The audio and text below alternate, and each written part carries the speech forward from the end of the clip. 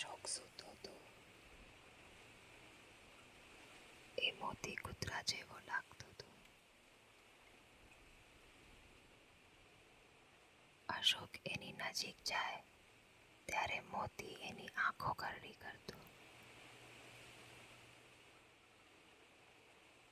અશોક કદાચ કૂતરો જ હશે, એટલે જ એ બધું જાણે છે.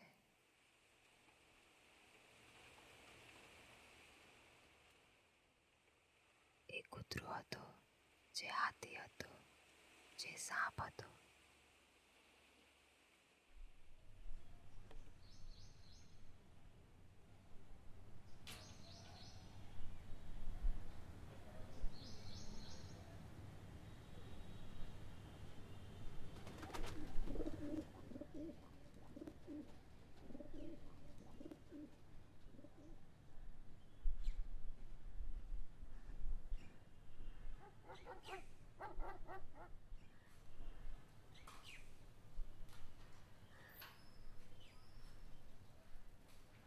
ચાલના રહેવાસીઓને સમયની સાથે એક અળવિતરી સાંઠગાંઠ હતી.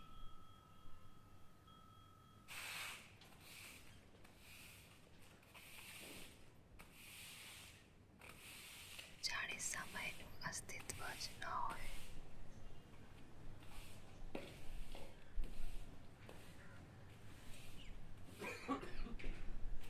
લોકો એક જ જાતનું જીવન જીવે અને આરાધણથી જીવતા હોવાનો અનુભવ લે.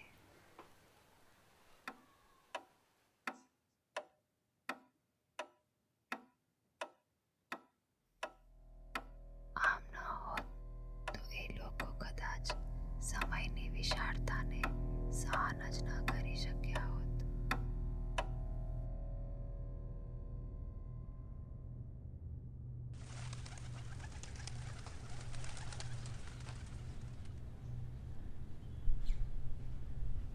બા કાયમ ચિંતા કરતી,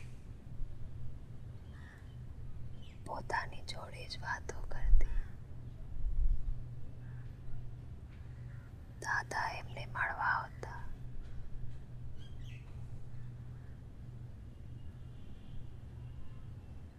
ઘોર અડધો જાપ જ ગાઈ ગયો, એટલે જ તો દાદા અડધા રહી ગયા.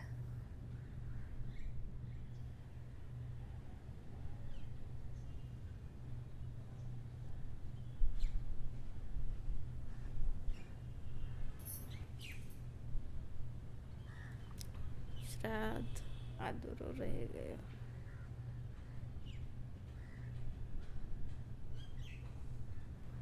બટ ક્યા કરે.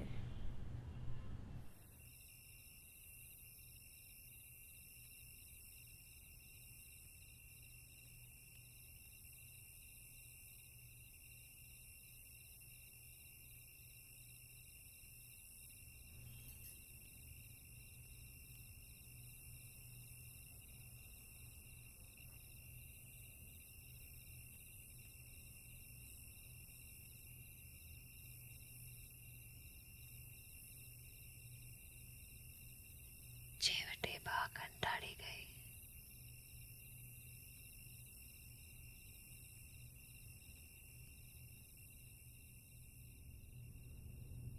જાતે જ દાદાને સ્વર્ગમાં પહોંચાડવાનું નક્કી કર્યું.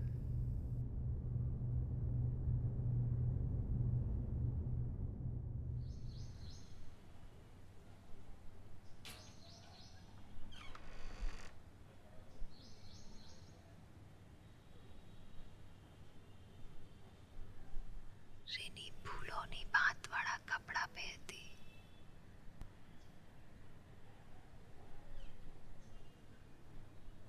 એમાંથી ફૂલોની સુગંધ આવતી.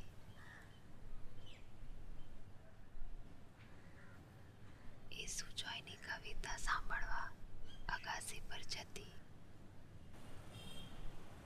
Through all the years of this our life, to lead from joy to joy, for she can so inform the mind that is within us, so impress with quietness and beauty, and so feed with lofty thoughts that neither evil tongues, rash judgment, not the sneers of selfish man, nor greetings where no kindness is, nor all the rich intercourse of daily life shall e'er prevail against us, or disturb our cheerful faith, that all which we behold in full of blessings.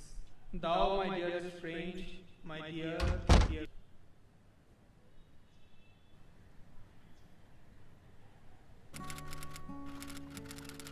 જ્યારે રીન્નીના મહિના રહી ગયા ત્યારે અશોકે કીધું કે આ તો કલિંગડના બી ખાવાની અસર છે.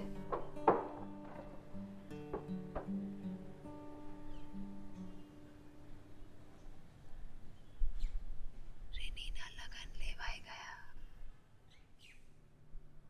અને સુજોય અગાસી પર કવિતા વાંચતો જ રહી ગયો, પણ હવે થોડી જુદી જાતની. Whoever has no house now will never have one. Whoever is alone will stay alone. Will sit, read, write long letters to the evening, and wander the boulevards up and down restlessly, where the dry leaves are blowing.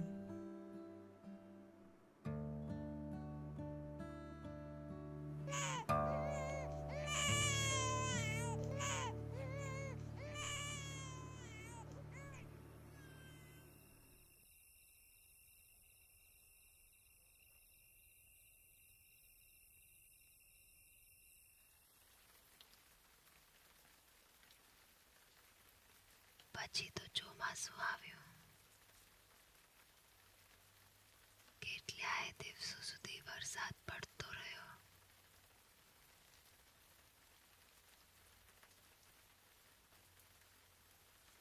પપ્પા બારીમાંથી માછલી પકડતા, જે mummy રાંધતા.